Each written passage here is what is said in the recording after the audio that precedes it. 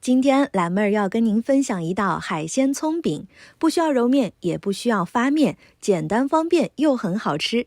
一起来看看到底是怎么做的吧。小葱洗干净，我们把它切成2段一样长短的，往葱段上撒上一点干面粉，抓拌一下，这样可以更好的挂糊。虾仁洗干净，对半劈开。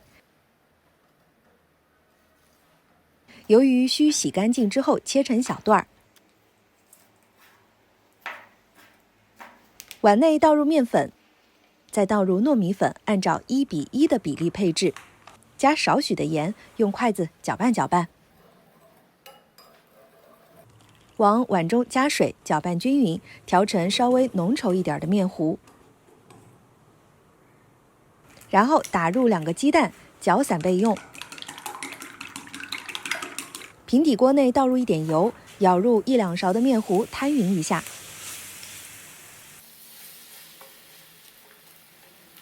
放上切好的小葱段，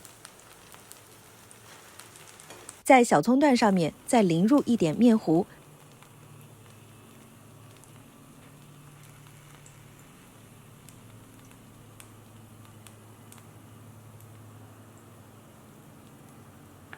把切好的鱿鱼须摆放在小葱的表面，随后倒入打散的蛋液。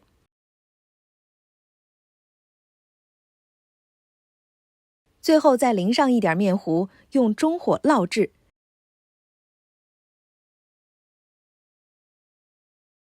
等底面的面糊凝固之后，我们给饼翻个身。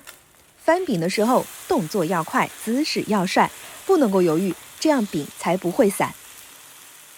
将海鲜葱饼2面都煎发黄，没有生面就可以出锅了。烙好的海鲜葱饼能够吃到食材原本的鲜香味。如果说你比较喜欢重口一点的话，也可以调一些自己喜欢吃的蘸汁蘸着吃。好啦，有机会的话一定要尝试一下哦。